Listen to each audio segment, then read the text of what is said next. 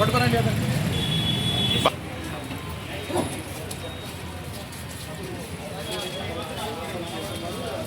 న్యాయవాది సలీంతో పాటు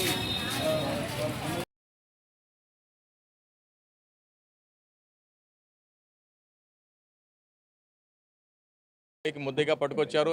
మరి దుర్గారావుకి కూడా ఇక్కడ నుంచి డిస్ప్లేస్ చేశారు వాళ్ళు. అదే 2-3 డేస్ తర్వాత ఆయన కూడా వదిలేశారు. సో ఈ కేసులో జగన్మోహన్ రెడ్డి అటాక్ కేసులో సతీష్ కుమార్ జైలుకి వెళ్ళిన తర్వాత నేను బెయిల్ వేశాను.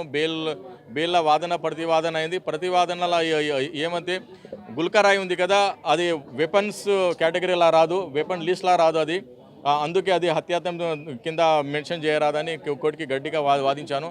మరి కోర్టులో కూడా పోలీస్ తీసుకొచ్చిన రిపోర్ట్స్ కూడా అతను ఓన్ స్టేట్మెంట్ ఉంది. ఆ ఓన్ స్టేట్మెంట్ బేస్ చేసి అతన్ని అరెస్ట్ చేశారు. దాని తప్ప ఏం లేదు అని నేను వాదించాను. మరి జగన్మోహన్ రెడ్డికి సతీష్కి అసలు శత్రుత్వం కూడా ఏం లేదు. సతీష్ ఒక మామూలు అబ్బాయి, అతను ఎలిమెంటరీ స్కూల్ కూడా వెళ్ళలేదు. జగన్మోహన్ రెడ్డి ఎక్స్ సీఎం కొడుకు, ఇప్పుడు సీఎం.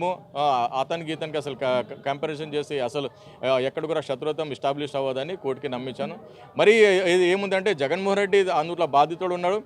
ఆయన 161 స్టేట్మెంట్ కూడా రికార్డ్ చేయలేదు. ఆయన విధి విధాన్ని గౌరవించాలి జగన్మోహన్ రెడ్డి. దాన్ని కూడా వైలేషన్ చేశారని నేను కోర్టుకి కన్విన్స్ చేశాను. సో ఆ బేస్ మీద కోర్టు నమ్మి అతనికి బెయిల్ ఇచ్చింది. సార్ సతీష్ ఒప్పుకున్న, సలీం ఒప్పుకున్న, పోలీస్ దగ్గర ఒప్పుకుంటే అది చల్లదు. అది ఆర్టికల్ 20 క్లాస్ 3కి వైలేషను, మరి ఎవిడెన్స్ యాక్ట్ 25కి వైలేషను, ఎన్డీపీ యాక్ట్ 67కి వైలేషను. ఇప్పుడు నేనే చెప్తాను జగన్మోహన్ రెడ్డి మీద రాయేసానంటే అది నా మీద కేసు కట్టడానికి రైట్ లేదు. పోలీస్కి ఎస్టాబ్లిష్ చేయాలి. అది ఎస్టాబ్లిష్ చేస్తేనే అవుతుంది. అలా అయితే అందరు ముద్దాయి అవుతారు. సో రూల్ ఆఫ్ లా ఉంది, రూల్ ఆఫ్ లాకి ఫాలో అవ్వాలి. సో రూల్ ఆఫ్ లాకి వైలేషన్ చేశారనే కదా నేను ఈ కేసు మీద వాదించి అతను బయట తీశాను.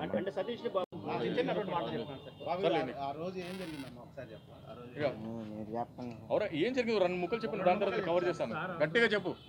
మేము ఆ రోజు మా ఫ్రెండ్స్ మేము కటింగ్ చేసుకుంటున్నాం సార్ ఇక్కడ ఆర్చి దగ్గర. అయితే ఇంకా పోలీసులు ఆగమ్మా, ఉండండి. పోలీసులు ఏం లేదు. మాకు ఈ కేసుకి అయితే ఏం సంబంధం లేదు సార్. మేము కొట్టలేదు, మమ్మల్ని కావాలని ఇరికిచ్చారు. మేమైతే కొట్టలేదు.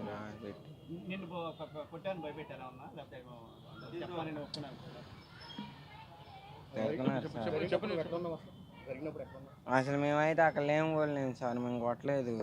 మాకు ఈ కేసుకి ఏం సంబంధం లేదు. మమ్మల్ని కావాలని ఇబ్బంది పెట్టలే కానీ భయపెట్టించారు సార్.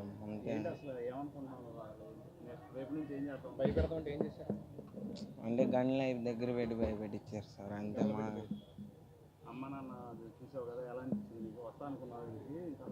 రాలేను అనుకున్నా సార్.